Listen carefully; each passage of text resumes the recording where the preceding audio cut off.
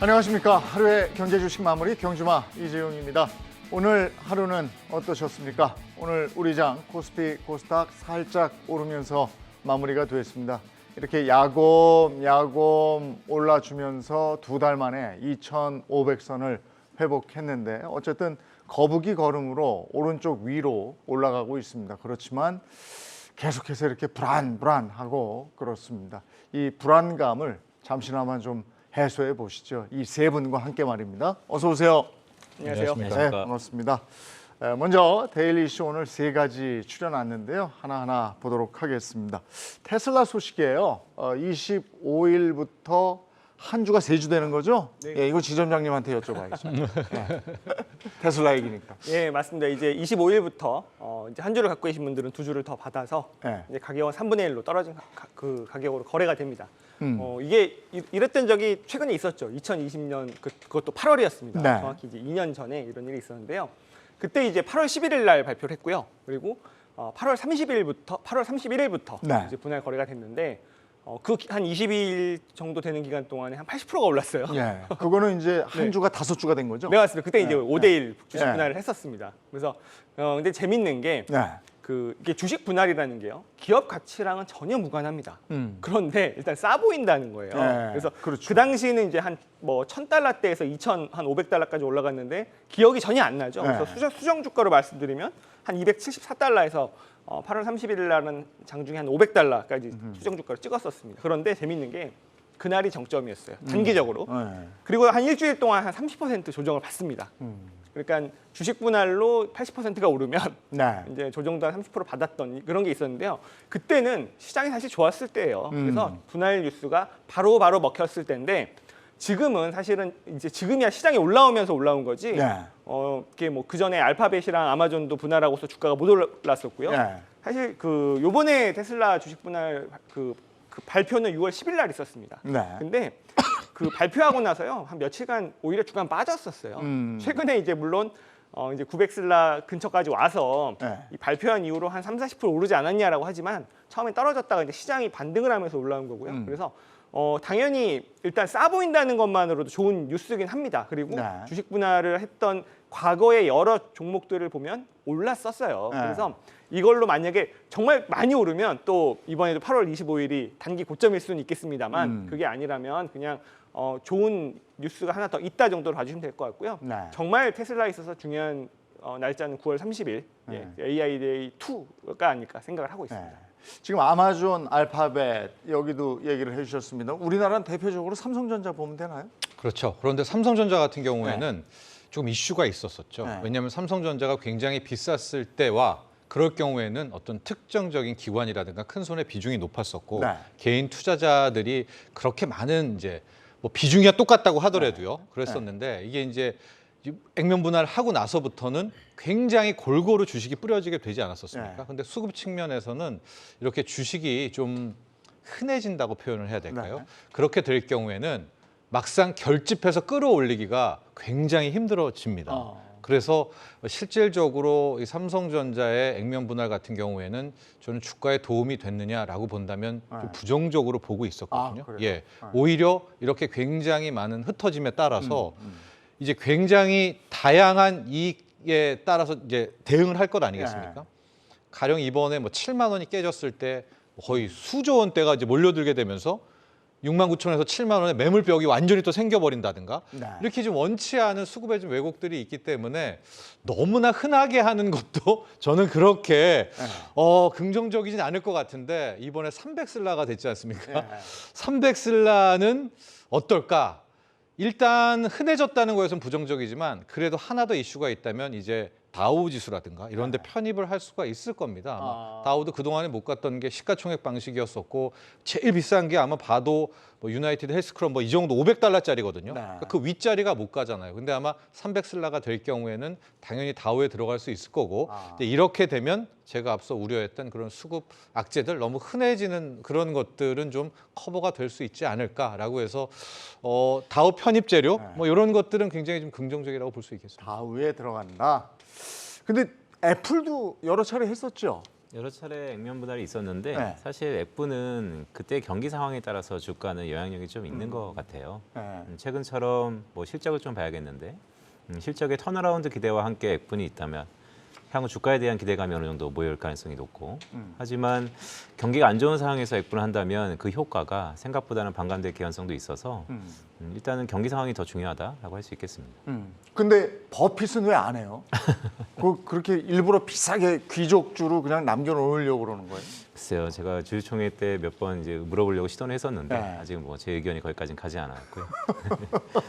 그 지점장님은 어떻게 생각하세요? 버핏은 왜 안 하는 것 같아요? 그래서 일단 비주를 만든 거죠. 네. 그래서 접근할 수 있는 가격대 그런 클래스를 만든 거고요. 네. 그 약간 상징성이 있는 것 같아요. 이게 지금 버크셔 해서웨이가 몇 억짜리라고 해도 네. 처음에는 몇십 달러로 시작한 거거든요. 네. 그러면 그 정말 20년, 30년, 40년, 50년 그런 갖고 계신 주주분들에게 좀 상징성인 게 있는 거고 그 A주의 주주라는 거는 아무나 할 수 없는 그리고 같이 커왔던 이거에 대한 애착이 좀 있는 것 같습니다. 네. 그리고 뭐 이렇게 소액 주주 그런 소액으로 투자하시는 분들은 비주를 통해서 충분히 투자를 할 수 있고 그분들도 주주총회에 참석을 할 수 있기 때문에 그래서 A주에 대해서 주식 분할은 안 할 것 같습니다. 네. 어쨌든 주식 분할하는 테슬라 네. 사도 괜찮겠습니까?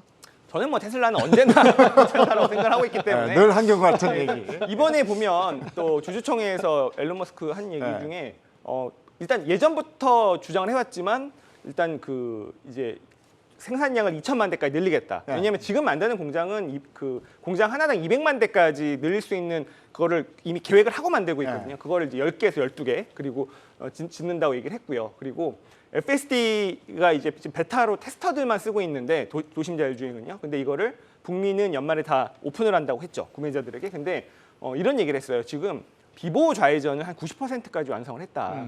근데 운전 해보시는 분들 아실 거예요. 초보 운전자분들은요. 예. 비보호 좌회전 되게 힘들어하십니다. 예, 예. 그럼 초보 운전보다 운전 잘하는 거죠. 이거를 100%까지 조만간 갈 것이다. 그리고 이게 오픈이 될 것이고요. 4680 셀이 연말부터 생산이 될 거고 또 AIDA 2에서 로봇을 공개한다고 했는데 뭐 그거는 전 기대하고 있지 않습니다만 그 인공지능 AI 자율주행의 인공지능의 그런 기술 그 후발주자와의 격차를 또 한 번 확인할 수 있는 네. 그런 것들을 확인하시면서 보시면 될 것 같습니다. 계속 진화하고 있다. 그렇죠. 예.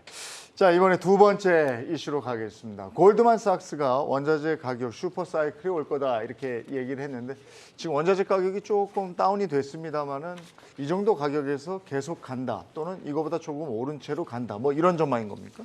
네, 슈퍼사이클, 뭐 70년대 슈퍼사이클을 연상케 네. 한다, 뭐 이러면서 여러 가지 이유를 댔었습니다. 거기에 대해서는 역시 뭐 글로벌 은행의 긴축, 공급에 대한 투자 부족, 뭐 정책 이슈 이런 것들 이야기를 했었는데요. 저는 슈퍼사이클이 아니라 여러 차례 말씀드렸지만 울트라 슈퍼사이클이라고 보고 있고요. 네. 2023년까지도 이 원자재발 랠리 이 사이클은 거의 지속적으로 나타나지 않을까. 꺾일 듯 다시 살아나고 죽여도 또 살아나고요. 그래서 유가 같은 경우에는 전고점이었죠. WTI 기준 배럴당 저는 140달러도 오버슈팅 할 수 있는 이제 지금 그 정도 90달러 선인데 80달러까지도 왔었죠. 120 갔다가 근데 이제 80 그렇게 왔었는데 간다고요, 또? 예, 저는 아직 그런 랠리가 남아 있다고 보고 인플레이션 있고요. 안 잡힌다는 거 아니에요? 네, 저는 그렇게 바라보고 있습니다. 이렇게 생각하시면 될 것 같아요. 70년대에 우리가 맞았던 오일 쇼크로 봤었던 인플레이션은 가장 중요한 에너지 원인, 가장 중요할 때 몸값의 자랑이었을 때 당시에 이제 공급발 인플레이를 맞았고요. 그때 유가가 폭등을 했었고 지금 나오는 원자재발 인플레이션의 핵심은 이제 석유라는 에너지가 사라집니다. 석유가 죽어가면서 하는 마지막 발악이다. 이렇게 생각하시면 될 것 같아서 저는 죽어가면서 원유가 이제는 이제 탄소 중립이잖아요. 마지막 랠리와 시세, 뭐 불꽃쇼를 뭐 펼칠 것이다라고 이제 이야기를 누누이 해왔었고 이번에도 뭐 그런 관점은 저는 계속 유지를 하고 있다라고 볼 수가 있겠고요. 오늘 조금 있다가 뭐 채권 금리 이런 얘기도 할 텐데. 제가 이제 긴축 정책과 인플레이션, 원자재 가격 이 세 개를 놓고 보면 부동산과 굉장히 비슷하다라고 볼 수가 있습니다. 이게 무슨 얘기냐면 우리가 집값이 오르잖아요. 그럼 부동산 규제책을 내놓죠.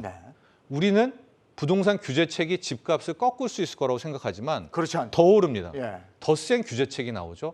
더 오르죠. 그러니까 규제책이 계속 나올 때는 한 발짝 멀리 떨어져서 보면 부동산 가격은 계속 오를 때였었고요. 맞습니다. 예. 떨어지기 시작할 때 부양책이 나옵니다. 그래도 떨어져. 떨어지죠. 부양책이 나오고. 네. 그러니까 우리가 생각하는 것처럼 앞순위, 선순위와 후순위가 바뀌어 있는 거거든요. 한 네. 발 떨어져 있으면. 지금의 기준금리와 인플레이션을 놓고 봐도요. 네. 인플레가 높게 나오면 긴축을 하면 잡힐 수 있을 것 같죠. 근데 아니요. 못 잡습니다. 더 오르면 더 센 긴축을 하죠.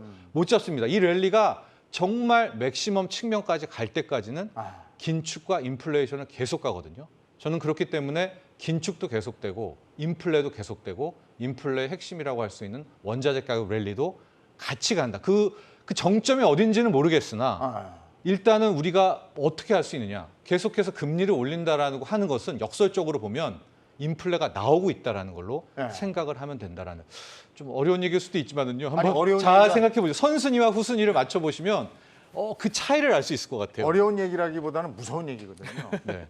그래서 겁을 잔뜩 줘놓으셨으니까 네. 그러면 9월에도 자이언트 스택 간다고 생각하시는 거고 물가가 안 잡힌다고 생각하시는 거예요? 예, 저는 인플레는 잡힐 듯 또 가고 잡힐 듯 또 갈 것 같고요. 지금 10년물 국채 금리가 한 2.7이잖아요. 네. 그다음에 미국의 기준금리가 2.5인데 기준금리가 전 100% 치고 올라간다고 봅니다. 10년물 위로. 그렇다면 당분간 미국의 긴축 정책도 계속되지 않을까 또 이렇게 전망하고 있습니다. 주점장님은 어떻게 생각하세요? 원자재 가격 랠리 계속합니까? 이제 원자재 가격 랠리에 대해서 아까 이제 얘기했던 테슬라의 일론 머스크가 한 얘기 있어요. 저는 조금 다른 생각이긴 한데 일론 머스크가 주주총회에서 이런 얘기를 했습니다.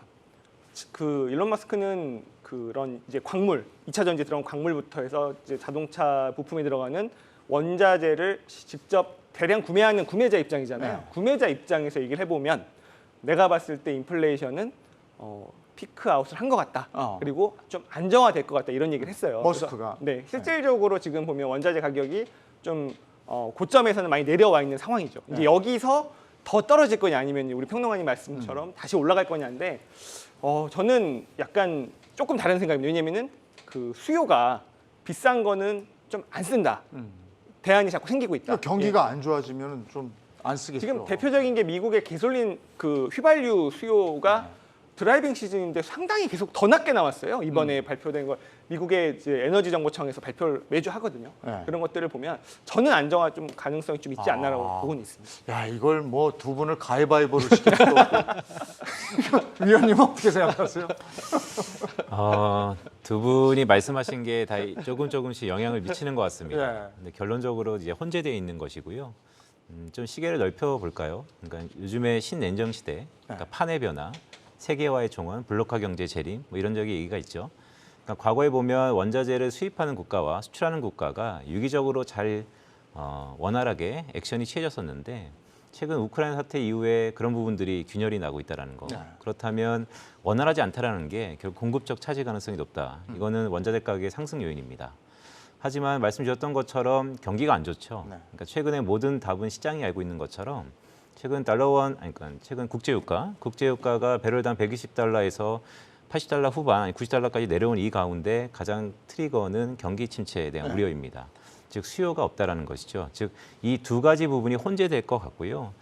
저는 지금의 원자재 가격의 랠리는 글쎄요, 뭐 판의 변화라는 큰 아젠다 속에서는 상승 가능성이 높다라고 보지만 단기적으로는 경기 침체에 대한 우려 때문에 상방 압력이 상당히 제한적일 수 있다라고 보고 있고요.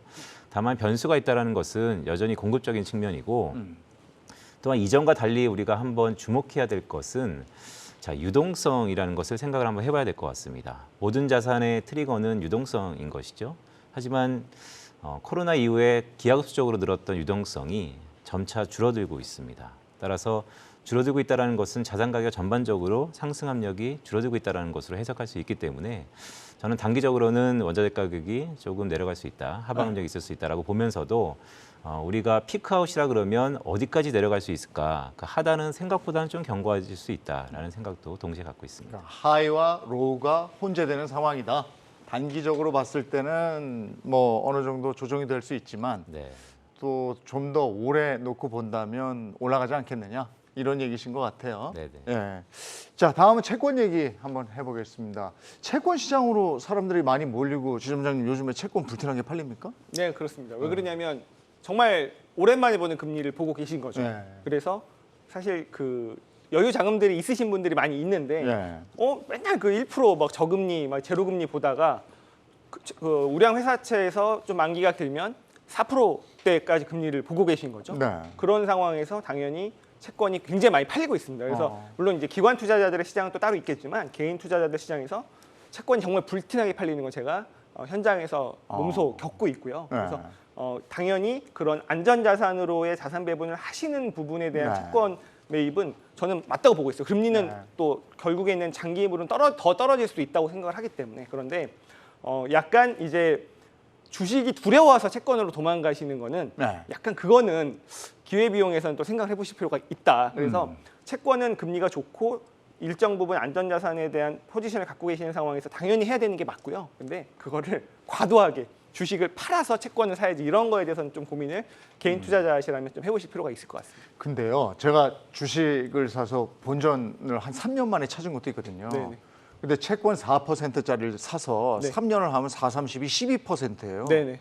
주식하는 것보다 낫더라니까 어떨 때는요. 이게 근데 기회비용 말씀하셨지만 12% 이거 만만치 않거든요. 근데 세금 내셔야 되잖아요. 채권 그죠? 근데 이게 아무래도 이제 안전자산 쪽으로 가는 건 경기 침체 우려, 경기가 좀 안 좋아진다에 대한 생각 이런 것 때문이겠죠. 그렇습니다. 또 한번 주식에서 최근 1년 동안 예. 호되게 당했었잖아요. 그렇죠. 예, 그런 경험, 아픈 경험들이 있어서 또 이렇게 뭐 제가 본 뉴스에도 몇 분 만에 우량회사채 같은 경우가 네. 완판됐다 이렇게 보여지고 있고요. 최근에 10년물 국채금리가 떨어지는데도 뭐 10년물 국채금리가 왜 떨어지냐 여러 가지 이유도 있겠지만 뭐 누군가가 뭐 꽤 사주고 있다라는 것도 하나의 요인이 될 수가 있거든요. 이제 그런 차원에서 바라볼 수가 있을 것 같은데 방금 우리 지점장님께서도 이야기를 해주셨지만 저는 지금 대목은 채권에 들어갈 때라고는 보지는 않고요. 예. 그러면 어디로 들어가요? 저는 오히려 지금은 주식을 좀 더 리스크를 봐야 되겠지만 네. 훨씬 더 주식하기가 더 좋은 때가 아닌가라고 보고가 있습니다. 아니 아까 저 물가는 계속 오르고 금리도 계속 오를 거라 그러면서 주식에 들어가라 그러면 그건 어떡하나? 그러니까 이게 복잡한 건데요. 이런 거 있어요. 제가 이제 그동안 3월부터 우리 네. 시작했을 때 계속 하방을 이야기했잖아요. 네, 네. 예. 그러다가 이제 최근 들어서 좀 많은 이제 갖고 있는데 네. 이번에 하방 이제 나온 것부터 제가 아주 극한한 모형 중에 하나가 베네수엘라 차트를 네, 말씀을 네. 많이 드리잖아요. 네. 이게 인플레이션이라는 거가요. 초반부에는 우리를 두렵게 하고 우리를 억누르고 이렇게 하다가 어느 트리거를 탁 지나고 나서부터는 네. 돈들이 다시 물가에 올라타는 경향들이 많이 적응을 있습니다. 해버려. 예, 적응을 하고 네. 내가 인플레를 따먹어야지라고 하면서 역설적으로 들어가는 경우가 많이 있거든요. 물론 지금 국면이 그 국면일 것이냐 아닐 것이냐 이거는 모릅니다. 네. 왜냐하면 과거의 패턴을 봐도 이런 국면이 나왔을 때도 있고요. 안 나오고 그대로 무너졌을 때도 있지만 저는 앞서 원자재 가격들의 랠리를 계속 보고 있기 때문에 네. 그렇다면 에너지 관련한 것들로 촉발된 주식의 어서의 한 이 섹터 이것들에서는 상당히 기회가 있을 거라고 보고 있어서 저는 지금 상황에서는 막 채권에 막 3년씩 돈을 묶이는 것보다는 조금 더 유동성을 확보하시고 주식 쪽으로 저는 한번 노려볼 만하는 것이 좋지 않나라는 제 개인적인 생각입니다. 네. 원자재 오르고 금리 오르고 그래서 인플레이션 상황에서 네. 주식에 뛰어들어라 지금 단계에서는 그러면 이거야말로 쩐의 전쟁인데 예. 거기에 하나의 확인할 부분을 덧붙인다면 누누이 말씀드리죠. 달러 약세입니다. 달라요. 예. 물론 똑같이 나오진 않지만 10년물 국채 금리가 떨어지는 상황에서는 상당 부분 달러 약세 시절도 같이 나왔었거든요. 우리 아까 위원님께서 유동성이 중요하시다는 얘기를 했었는데 저는 현 국면에서 만약에 달러 약세가 한 번만이라도 나와준다면 달러 인덱스 기준으로 다시 103 밑으로 100 밑으로만 와준다면 정말 마지막 버블을 노리는 유동성 잔치가 나올 수도 있을 개연성을 보고 있는 거거든요. 그건 뭐 나온다라기보다는요. 그렇기 때문에 계속 누누이 그 달러 인덱스, 달러를 얘기하는 것이고 정말로 강달러가 꺾이게 되는 그런 국면들이 확연히 드러나게 뭐 달러 인덱스 기준으로 여러 가지 뭐 기술적 분석하시는 분들이 있겠지만은 저는 뭐 100 정도가 깨진다면은 상당 부분 그 유동성 잔치를 인플레이션에 올라타는 뭐 그런 이해할 수 없는 버블 랠리 뭐 이런 것들도 가능성이 있기 때문에 뭐 온다 이렇게 말씀드리는 거 아닙니다. 그래서 지금은 돈을 쟁여놓고 그게 나올 경우에 오히려 주식으로 올라타야지 미리 그냥 돈들을 채권에다가 박는 것은 좀 우리 저 정철진 네. 평론가가 요즘에 거의 예언가 수준으로 맞추기 때문에 저희 아닙니다. 정스트라다무스라서 근데 지금 이 얘기를 위원님 어떻게 들으셨습니까? 어떻습니까? 네. 뭐 많은 얘기들이 있는데요. 네. 자, 하나하나 좀 말씀드려볼까요? 일단 가장 중요한 거는 환율인 것 같습니다. 아, 환율. 모두 바라고 있죠. 달러 약세는 언제쯤 될 것인가. 네. 자, 달러라는 것도 하나의 자산 가치인 것이죠. 자산 가치는 스스로 빛날 수도 있고 또한 주변에 의해서 내가 빛나질 수도 있습니다. 지금 미국의 달러 인덱스는 사실 선진 통화들의 가중 평균인데 일본의 엔화를 차치하더라도 유로화를 비롯해서 스웨덴, 그러니까 전반적으로 유럽 지역의 결정력이 한 80% 정도 됩니다. 그러니까 달러의 가치를 의논하는 데 있어서 유럽을 들여다봐야 된다는 얘기인데요. 코로나 사태, 더구나 우크라이나 사태 이후에 가장 경기 침체가 이미 확대되고 있는 지역이 유로입니다. 따라서 과연 이 유로가 언제적 정상화가 될 것인가가 우리가 가장 중요한 포인트라고 보는데 애석하게도 지금 일어나는 모든 행태들을 감안해 보더라도 긍정적으로 보더라도 유로가 생각보다 강세가 될 가능성보다는 약세가 될 가능성이 저는 좀 더 높아 네. 보이고요. 그렇다면 달러를 결정하는 80% 정도가 유로가 약하다라는 것은 환율은 상대적인 것이거든요. 달러는 강하다는 것입니다. 그렇기 때문에 달러는 생각보다 약해지면 좋겠지만 도대체 약해질 수 있는 요인이 무엇인가에 대해서는 생각을 해봐야 될 것 같고요. 하지만 어떤 자산은 스스로가 또 빛날 수 있죠. 그렇다면 미국의 경제 펀더멘탈을 봐야 되는데 네. 오늘 말미에도 그 부분이 다뤄지겠지만 미국의 GDP 그로스 성장률이 이미 기술적인 경기 침체를 논할 정도로 2분기 연속 연율화 기준이지만 마이너스를 기록하고 있습니다. 실제 침체이거든요. 네. 미국이 경기 침체를 정의하는 곳은 NBER이라고 해서 미국의 연구소인데 정부 기관이다 보니까 후행적일 수밖에 없어요. 그래서 과거 사례를 보더라도 한 6개월 뒤쯤에는 그때가 경기 침체 구간이었다라고 정의할 겁니다. 네. 그렇다면 지금 경기 침체인 미국이 달러가 강해야 되냐 약해야 되냐 보면 또 약할 요인도 분명히 있습니다. 하지만 상대적인 개념에서 유럽이 워낙 또 약하기 때문에 생각보다 달러는 약해질 것 같지는 않다라는 말씀을 드리면서 그러니까 전반적으로 아시아 증시 이 주식을 어떻게 봐야 되느냐. 달러 약세가 된다면 저도 큰 랠리가 한번 올 것 같다라는 것은 동의하지만 제가 보는 시기에서는 그럴 가능성이 그렇게 높지는 않다라고 보고 달러가 이렇게 1,200원대로 내려가기는 힘들 것이다. 그래서 주식장이 랠리처럼 확 오르는 장은 근래에는 구경하기 힘들 것이다. 저는 이렇게 보시는 거예요? 짧은 랠리라고 말씀드리고 있고요. 짧은 랠리다. 네, 올해 연말까지는 네. 가격이 많이 싸졌기 때문에 분명히 원동력은 있겠지만 네. 글쎄요. 그렇게 강한 원동력에 대해서 기대감은 사실 그렇게 많지는 않다라고 보고 있습니다. 네, 아까 이제 침체 말씀을 해주셨는데 오늘 의원님 나오면서 그 그래프 몇 개 가지고 나오셨어요. 그래서 침체에 대한 얘기 조금 있다가 또 할 건데 그때 그래프를 확인 한번 해보도록 하겠고요. 인플레이션 얘기를 한번 하겠습니다. 인플레이션이 지속될 것이다. 아니다. 인플레이션 피크에 와 있다. 뭐 이런 얘기들 지금 혼재되고 있습니다. 그렇다면 지표를 통해서 이게 지금 인플레이션 상황인 것이냐, 인플레이션 피크 상황이냐, 인플레이션이 꺾였느냐, 인플레이션이 지속될 것이냐 한번 판단을 좀 해주시죠. 네, 일단 시각적으로 한번 보시죠. 차트를 하나 준비했는데요. 인플레이션이라는 것은 이제 왼쪽 차트 한번 보시면 네, 이겁니다. 자, 인플레이션이 물가이죠. 사전적으로 경제학에서 얘기하는 인플레이션은 모든 가격 변수가 꽤 오랜 기간 동시다발적으로 올랐을 때를 우리가 인플레이션 국면이라고 합니다. 네. 그런데 모든 것의 선행 지표는 역시 원자재이겠죠. 그래서 왼쪽 차트에 보시는 것처럼 제가 원유, 구리, 콩, 금 그러니까 대표적인 원자재 가격들을 올해 1월 1일을 기준 100으로 넣어서 인덱스를 한번 그려봤습니다. 쭉 보시면 특히 원유가 뭐 드라마틱한데요. 하반기 들면서 피크아웃 되고 있다는 게 보이고 있습니다. 자, 원자재 가격이 하락하고 있다. 물론 아까 평론가님이 말씀 주셨던 것처럼 자, 이 랠리가 단기적일 수 있고 아니면 다시 한번 오를 수 있다는 가능성도 있지만 지금 어쨌든 현상은 피크아웃 되고 있다는 게 원자재 가격의 흐름이고요. 자, 그러다 보니까 오른쪽 차트는 이제 기대 인플레이션이라 그래서 이 기대 인플레이션의 개념은 서베이를 어떻게 하냐에 따라서 좀 달라질 수 있는데 왜 중요하냐 그러면 미국의 중앙은행인 연준이 이 기대 인플레이션을 통화 정책의 바로미터로 작용하고 있기 때문입니다. 근데 기대 인플레이션을 보면 자, 파란색과 주황색인데요. 파란색이 최근에 이렇게 고개를 들었죠. 그렇다 보니까 상대방이 모든 경제 참가자들이 물가가 오를 거라는 것을 이미 느끼고 있다는 것입니다. 네. 그렇기 때문에 우리가 연준이 이렇게 금리를 빠르게 오르고 지난 상반기에 주식 가격이 모두 녹아내렸던 것인데 최근 들어서 제가 이렇게 확대해 놨는데요. 최근 들어서 1년 후, 즉 5년 후 단기와 장기의 기대 인플레이션이 전부 고개를 숙이고 있다. 네.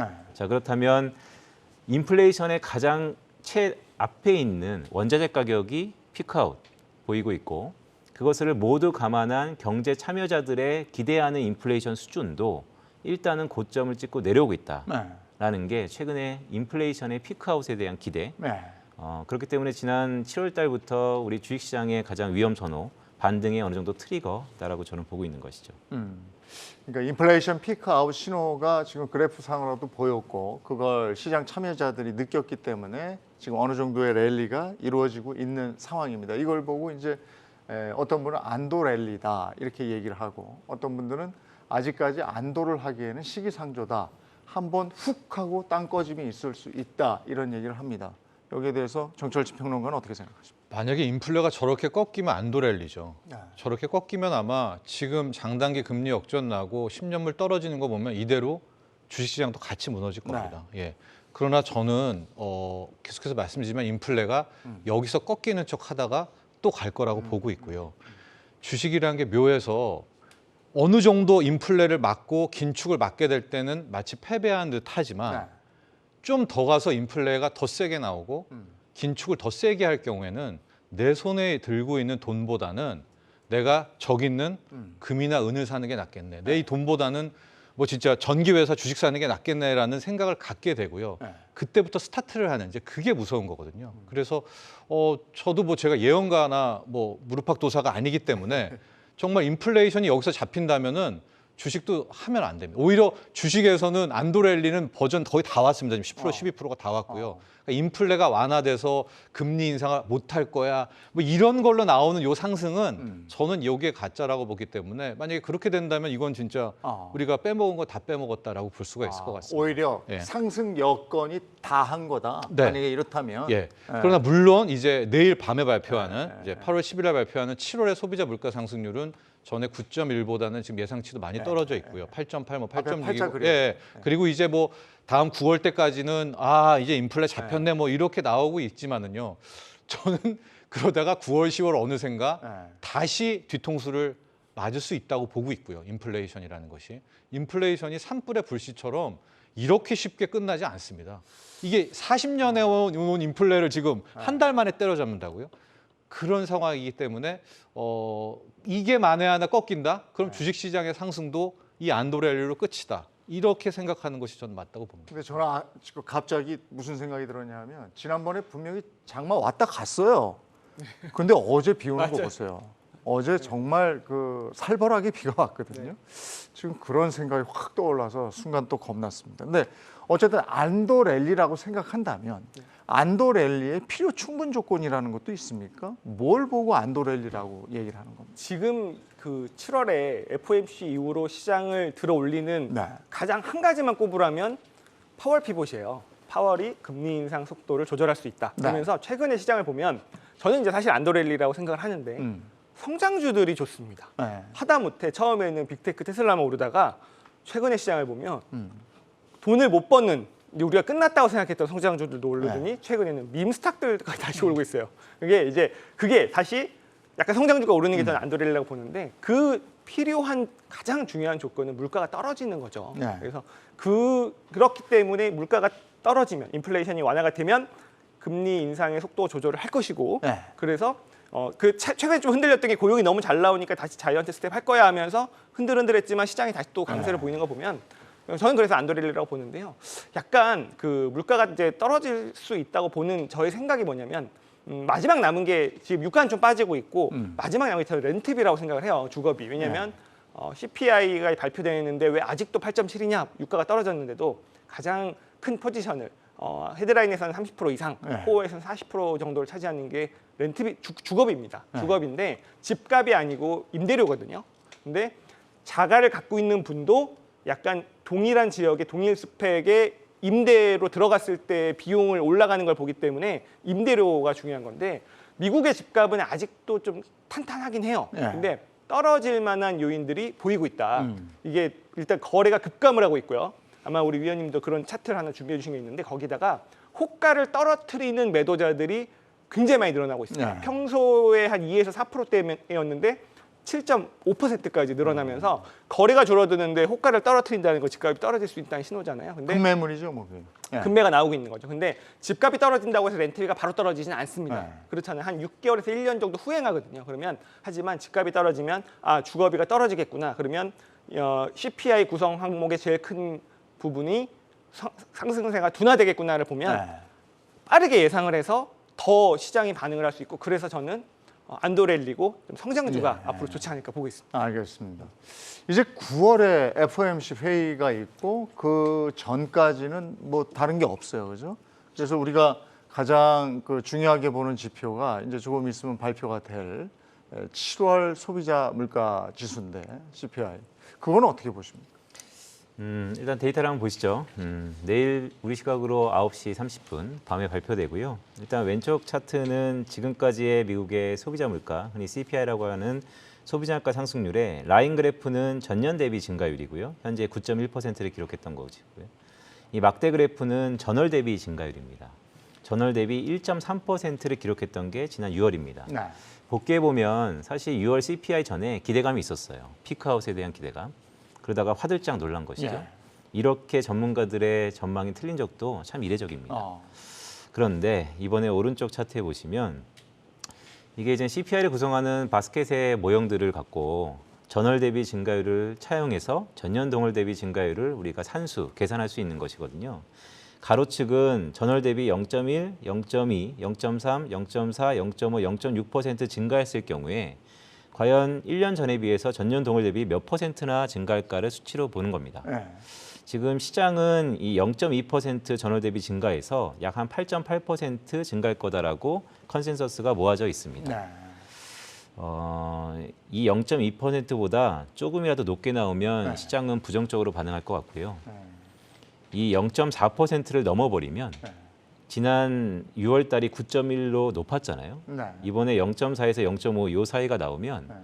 피크아웃이 아니고 다시 한번 판도라의 상자가 열리는 9.1% 이상으로 수치가 나와지게 됩니다. 우리가 한 달 전에 이렇게 경험했다가 꽤 세게 한번 충격을 받았기 때문에 이번에도 주목하고 있는데요. 근데 그때랑 상황은 좀 달랐던 것은 앞서 말씀드렸던 원자재 가격이 크게 내려갔죠. 그다음에 기대 인플레이션이 크게 내려왔죠. 그렇기 때문에 시장은 이 7월의 소비자 물가 상승률이 과연 시장의 기대처럼 전월 대비 0.2에서 0.3 정도 수준으로 증가율에 그쳐서 전년 동월 대비 8자를 보는 것을 보고 있습니다. 이게 첫 번째 안도렐리의 충분 조건일 수 있고요. 저는 두 번째도 필요하다고 봅니다. 뭐냐면 이번 주 금요일 날 발표되는 미국의 기대 인플레이션이 있습니다. 네. 미시건대 소비자 심리지수 구성 항목 중에서 앞에서 말씀드렸던 차트 중에 하나인데 이거 한번 보여드리면요. 예, 오른쪽 차트입니다. 자, 이게 이번 주 금요일 날 밤에 한국 시각으로 발표되는데 7월 달 소비자 물가 상승률이 시장의 예상대로 0.2% 발표해서 피크아웃을 보이면서 네. 결국 궁금한 것은 그럼 8월 달, 9월 달은 어떻게 될까? 이 8월 달, 9월 달에 기대 인플레이션마저도 네. 하락한다면 그러면 금융시장은 정말 생각한 대로 이번에 피크아웃 될 수 있다라고 안도를 보일 것 같습니다. 예. 그런데 제가 뭐 결론부터 좀 말씀드리면 9월 달 FOMC 이전에 빅 이벤트도 하나 있습니다. 8월 말에 있을 잭슨홀 회의이고요. 예. 이번 잭슨홀 회의는 시장을 깜짝 놀래킬 만한 요소들이 꽤 있다라고 보고 있고요. 어떤 겁니까? 코로나 터지자마자 잭슨홀에서 AIT라 그래서 평균적으로 인플레이션 타겟팅을 하겠다. 그러니까 과거 2%로 인플레이션 타겟팅을 통해서 정책을 폈더니 코로나 때문에 하나도 안 맞는다. 그래서 이 룸을 좀 열어주자. 2%가 아니고 평균적으로 산정해서 뭐 4%가 될 수 있고 아니면 0%가 될 수 있고 6%가 될 수 있고 뭔가 범위를 넓히자라고 했던 게 2년 전의 잭슨홀입니다. 예. 그 뒤로 이렇게 통화 정책이 뭐 연준이 실기했다, 파월이 거짓말했다, 옐런이 잘못 봤다, 모든 게 다 혼재돼 있거든요. 이제는 바로 잡을 때가 좀 온 것 같습니다. 이번 잭슨홀에서는 이 평균적인 인플레이션을 떠나서 이 기대 인플레이션을 어떻게 정의할 것인가가 뭔가 금융시장에게는 매우 중요한 메시지가 담길 것 같고요. 네. 따라서 이 8월 말 잭슨홀에서 영향을 미칠 경제 지표 중에 가장 중요한 것은 소비자 물가 상승률 이외에도 기대 인플레이션일 수 있다. 그래서 저는 이번 주 금요일 날 발표되는 8월 달 잠정치이긴 한데요. 미시건 대학교에서 나오는 기대 인플레이션이 꽤 중요하다. 네. 이 두 가지가 시장의 충격대로 만족한다면 네. 안정세를 보인다면 그럼 짧지만 랠리는 가능하다라고 예. 보고 있습니다. 근데 이런 지금 말씀하신 것들을 다 감안했을 월가에서 65% 정도가 9월에도 자이언트 스텝을 밟을 것이다. 그러니까 75bp로 갈 것이다라고 얘기를 합니다. 그럼 어떻게 보십니까? 전 제임스 블러드가 1.5%포인트 더 올려야 된다라고 네. 이야기를 했지 않습니까? 네. 당연히 받겠죠.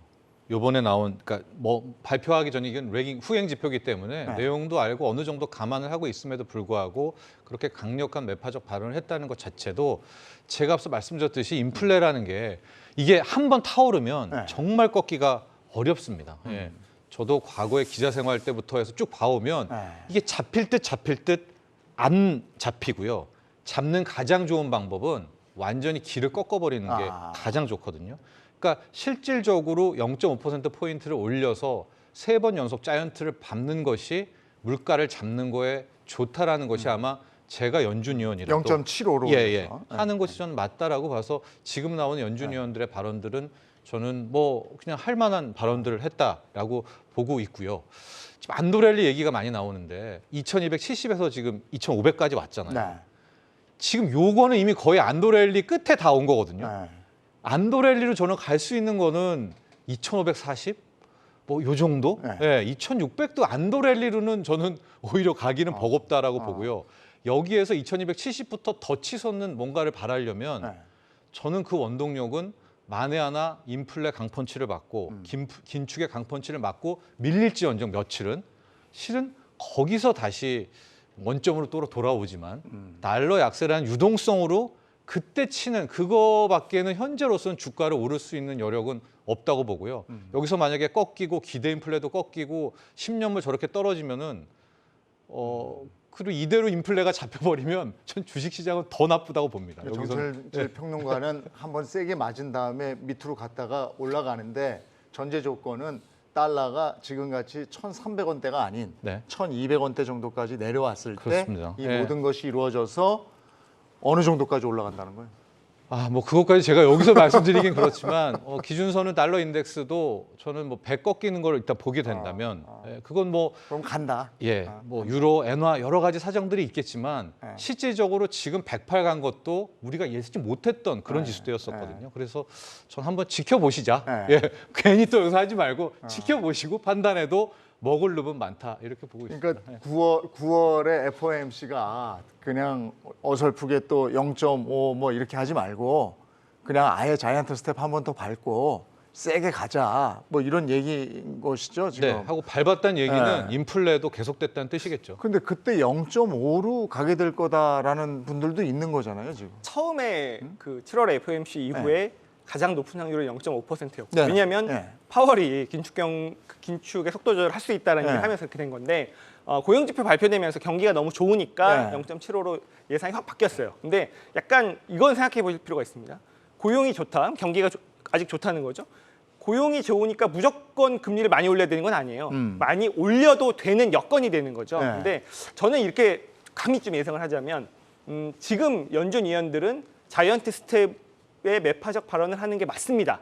왜 그러냐면 지금 완화적인 발언을 하는 거는 기대 인플레이션을 자극할 수 있는 거거든요. 그래서 약간 제 생각에는 FOMC 전까지는 자이언트 스텝에 대한 얘기를 하면서 연준 위원들이 브레이크를 밟지만 막상 9월 달까지 가는 동안에 수많은 그런 변화들이 있겠죠. 유가가 더 떨어질 수도 있고 뭐 원자재 가격이 더 떨어질 수도 있고 집값 빠지는 게 보일 수도 있고 이렇게 네. 되면 0.5% 인상을 할 가능성도 여전히 있다라고 여전히 저는 있다. 생각을 하고 있습니다. 예. 우리가 그 이 두 분은 늘 우리 곁을 지켜주시니까 이제 하는 말씀들을 모아서 우리가 생방송이지만 녹화를 해놨다가 연말에 누구 말이 맞나 아니 뭐 앞서 평론가니 압승이죠 뭐.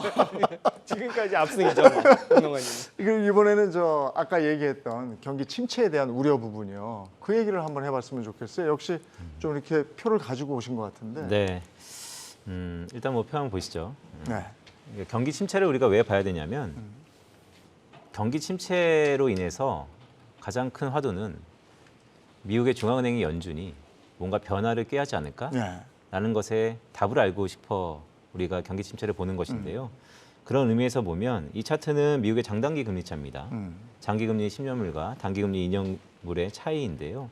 제가 이렇게 동그라미를 그려놓은 것은 과거 장단기 금리가 역전됐다라고 한 네. 마이너스를 보였을 때 이 빗금 치지 않는 이 부분은 다 경기 침체 구간입니다. 과거 코로나까지 전부 1년 뒤에 다 경기 침체가 왔습니다. 역사는 반복된다 아니면 이번에 다를 것이다 뭐 의견이 분분하지만 이번에도 역시 마이너스를 보이고 있거든요. 네, 저는 경기 침체가 온다라고 보고 있습니다. 네. 따라서 경기 침체라는 가정을 깔고 있기 때문에 지금의 싸진 주식 가격에 대한 메리트가 시간이 흐르면 흐를수록 희석될 거다라고 보는 사람 중에 하나입니다. 그런데 경기 침체는 차트로서 아니면 다양한 데이터의 정황으로서 보이고 있는데 도무지 이 미국에서는 경기 침체를 정의하지 않고 있습니다. 그래요. 저거 말이에요. 고용시장 개선. 네, 저 고용 지표가 좋게 나왔단 말이에요. 맞습니다. 특히나 이 오른쪽 차트가 중요한데요. 코로나 바로 직전 내 미국의 비농업 부분 취업자 수가 네. 한 1억 5천 명 정도 되는데요. 이번에 그것을 드디어 넘어섰어요. 네. 네. 그러니까 이제 무슨 얘기냐면 경기 침체는 왔는데 고용이 강건한 고용 시장이 꽤 호조를 보이는 경기 침체. 그러면 그게 과거 역사에 있었나? 없었죠? 없었습니다. 네. 그렇기 때문에 지금 연준은 우리가 어떻게 할까에 대해서 예견하는데 좀 조심스러운데요. 네. 아까 평론가님 말씀 주셨던 것처럼 인플레이션은 지금 케인즈학 이후에 나오는 통화 정책으로는 잡을 수 있는 정책적 카드가 없습니다. 네. 또한 연준 내부에서도 과연 50bp 아니면 75bp 아니면 100bp 금리를 올려서 인플레이션을 잡는다라는 그 어떠한 주장과 증거 정황도 없습니다. 그러니까 결국 연준이 하는 얘기는 데이터 디펜던트. 네. 나오는 데이터를 보고 하겠다. 그래서 FOMC 바로 직전까지 수많은 얘기들이 오고 가면서 네. 금융시장의 학습 효과를 불러일으키라고 보고 있고요. 하지만 금융시장은 딱 하나만 확인하고 싶어 할 겁니다. 자, 9월 달에 똑같이 자이언트 스텝 75 베이스 포인트의 금리 인상을 한다 하더라도 그러면 그 다음에는 네.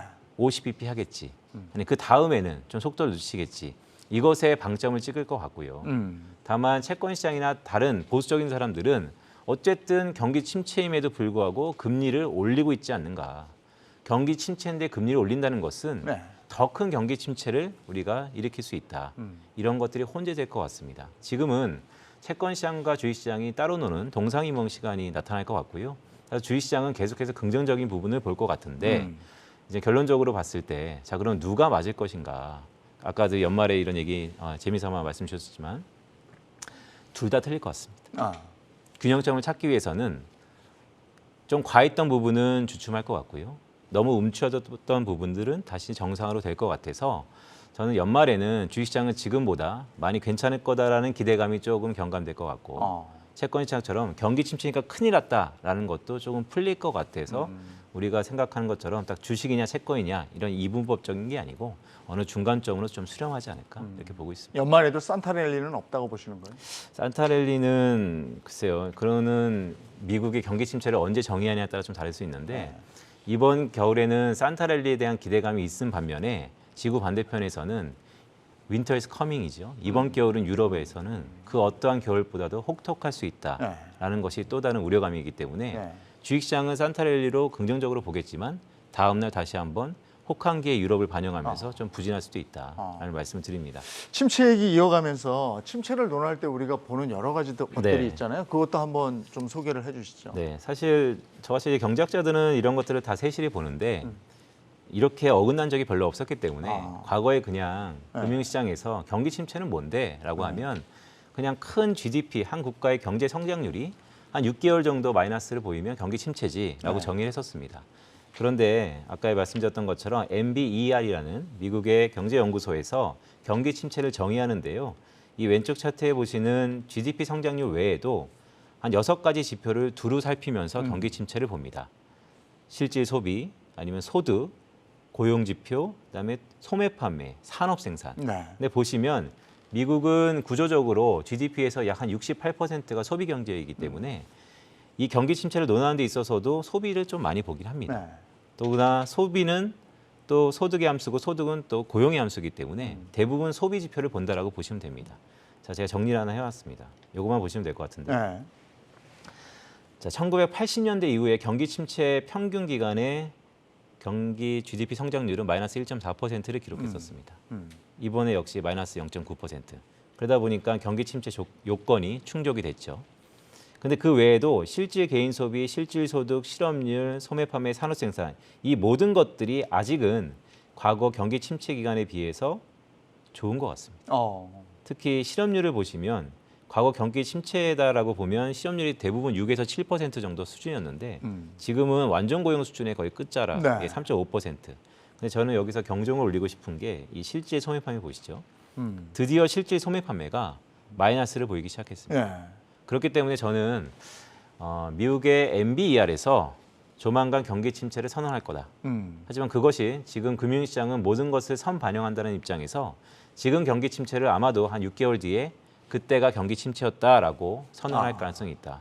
그래서 오히려 경기 침체가 선언되고 나면 그때 금융시장은 주식시장은 오히려 경기 침체에 대해서 더 이상 왈가왈부할 것 같지 않다. 라고 했던 게 과거의 패턴인데요. 저는 이번에는 조금 다르다고 보는 것 중에 하나는 경기 침체가 온다는 것은 이제 많은 사람들이 다 인지하는 것 같습니다. 여기 계셨던 모든 분들도 이제 경기 침체는 자연스럽게 얘기하는 것 같고요. 하지만 단 하나, 과연 이번 경기 침체는 그 진폭이 어디까지 클 수 있을까에 대해서는 아직까지 해석이 분분한 것 같습니다. 컨센서스조차도 없는 것 같습니다. 근데 왜 그러냐면 제가 그냥 그 설명하시는 것만 들어도 예전에 경기 침체가 왔을 때 양상하고 너무 다른 것 같아요. 맞습니다. 지표도 그렇고 사람들의 생각도 그렇고 그리고 아까도 이제 잠깐 여기서 언급이 됐었습니다만은 부동산 시장을 네. 한번 또 봐야 되잖아요. 우리 부동산 시장도 지금 휘청거린다 그러는데 네네. 미국 시장도 표로 나타난 게 있습니까? 그렇죠. 그러니까 가격은 떠받쳐지고 있는데요. 실체가 없는 가격이기 때문에 불안한 것이죠. 네. 차트를 보시면 이제 왼쪽 차트와 오른쪽 차트인데 왼쪽 차트는 이만큼 거래가 최근에 부진했다라고 잘 안 보이시겠지만 파란색을 보시면 되는데요. 이렇게 거래가 고점 찍고 좀 내려온 감이 있고요. 오른쪽 차트가 좀 중요한 차트인데요. 이것은 흔히 미국의 주택 판매 기간이라 그래서 경기가 안 좋을 때는 주택을 팔려고 싶어도 한 1년 정도 걸렸다는 게 지난 서프라임 때입니다. 지금 한 10달 정도 걸립니다. 그만큼 부동산 시장도 이제는 뜨겁지가 않다. 네. 그래서 저는 앞으로 나올 경기 침체에 대해서 우리가 가장 중요한 것은 경기 침체가 오냐 안 오냐보다 더 중요한 것은 그 진폭입니다. 만약 이번 경기 침체가 얇고 짧을 거라면 네. 오히려 약한 조정 이후에 또 다른 랠리가 나올 수 있을 것 같습니다. 네. 그때 말씀드렸던 원자재 슈퍼사이클도 거기에 편승할 거라고 보고요.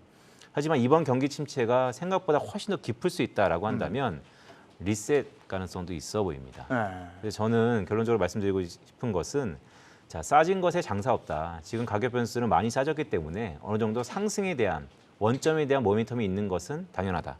네. 하지만 추세적으로 이것을 뛰어넘을 뭔가 모멘텀을 우리가 밝히려면 이 경기 침체의 진폭에 대해서 고민할 시기가 와야 되는데 애석하게도 아직까지 진폭에 대한 컨센서스조차 없다. 따라서 이 컨센서스가 형성되는 그 시점에 큰 전략적 조정이 있을 필요가 있지. 그 전에는 지금의 큰 흐름에서 포트폴리오를 크게 조정할 타이밍은 아니다. 말씀드리는 것이죠.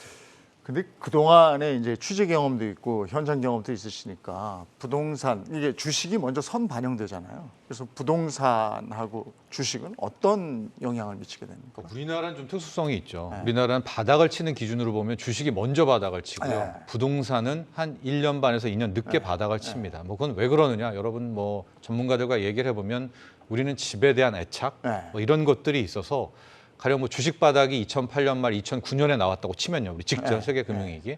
부동산 바닥은 2011년 거의 다 2년을 버티고 버티다가 가장들이 이제 그때 던지고 2012년에 이제 바닥 물건을 유동성이 줍줍하면서 2013, 14 랠리가 가는.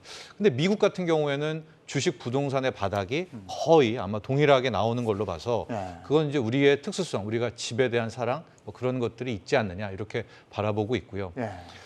이 경기 침체는 최대급일 것 같습니다. 다가오는 요번에 오는 게. 요번에 오는 것은. 그래서 뭐 지금 석학들이 모이는 데에서도 그레이트 리셋 이야기를 많이 하는 것이 지금 저도 빚이 있고 이 선배도 빚이 있고 다 빚이 있잖아요. 이렇게 많은 빚을 또 우리나라뿐만이 아니라 전 세계가 빚이 있고요. 기업들이 다 빚이 있고요. 정부도 다 빚이 있거든요. 이 빚을 가지고는 포스트 코로나라는 새 세상으로는 못 갈 것 같아요. 그러니까 어쨌든 이 빚을 떠리를 쳐야 되는 것이고 그거 언제 갚지, 빚을? 못 갚죠. 갚는 방법은 못 갚으면 하나밖에 없죠. 그러니까 그런 식으로 떠리를 쳐야 되는데 네. 그 앞으로 가게 되는 계속 오는 경기 부진과 침체 네. 속 그 고통 속에서 전 주식 시장은 굉장히 역설적인 반응이 네. 막판에 나올 것이다. 것이다라는 이제 그런 이야기를 네. 계속 하고 있는 겁니다. 네. 지점장님 강남의 지점의 지점장이시잖아요. 네네. 그분들은 어떻게 해요? 부자분들이 많으실 텐데. 의외로 그러니까 여유 자금들이 있으시잖아요. 네. 그러니까 뭐 일단 채권 구매를 많이 하셨는데 그분들 약간 스마트머니이시기도 합니다. 그러니까 주식 시장의 바닥을 노려서 조금씩 아, 분할 요즘에? 매수를 시작하시는 분들이 있다라고 저는 지금 느끼고 있습니다. 네. 우리가 이제 매크로 환경에 대한 얘기를 경주마에서 많이 하잖아요. 어떤 분들은 매크로 환경이 뭐 그렇게 중요한가? 내 종목이 제일 중요한 거 아니야? 그런데 우리가 지금 우리 경제 전반적인 환경을 알아야 내 종목도 확신을 가지고 투자할 수 있지 않을까 이런 생각을 해보게 됩니다. 경주마 함께 하시면서 변동성 높은 시장 상황 현명하게 대처하시기 바랍니다. 내일 뵙겠습니다. 고맙습니다.